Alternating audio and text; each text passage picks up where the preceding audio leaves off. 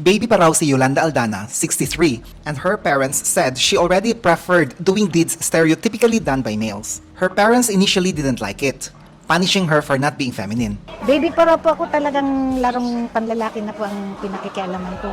Hanggang sa 2 years old ako, lagi ako nasisinturon kasi pag pinabistida ko ng nanay ko, napapalo ako dahil inubad ko.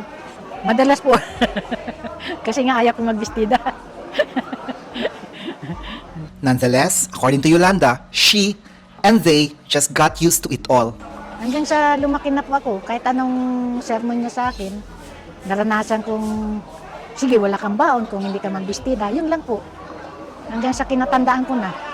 Identifying as a tomboy, she originally came from Angeles City as the 8th of 9 kids. They used to move around. For instance, she studied in Masbate City in the Bicol region. Sa agricultural school sa Masbate po. Kaso hindi ako nakatapos. Maaga pong nawala yung mga magulang namin.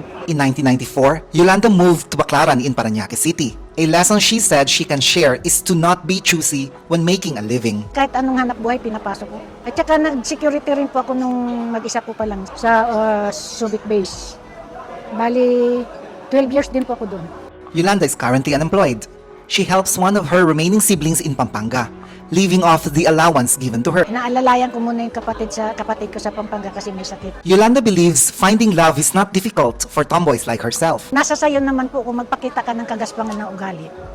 Kahit sino, hindi ka magugustuhan. Pero kung mabuti kang makisalamuha sa kapwa mo, basta na lang nalalaman mo may nagkagusto na sa'yo, ganun.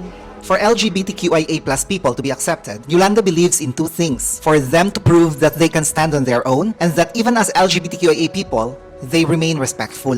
Kung pinipilit sila ng magulang nila na baguhin yung sarili nila at hindi nila kaya, panindigan nila kung ano sila, tapos para irespeto sila, matuto silang kumayod sa sarili nila at marumispeto sa kapwa nila. For Yolanda, LGBTQIA+ people should learn not to give weight to the words of haters. Wala naman akong pakialam sa kanila kasi hindi naman po ako humihingi sa kanila eh. Particularly for parents who still cannot accept their LGBTQIA+ children, acceptance is necessary, according to Yolanda. Dapat tanggapin po nila kasi sila may gawa na nila. Di ba? Hindi naman namin ginusto.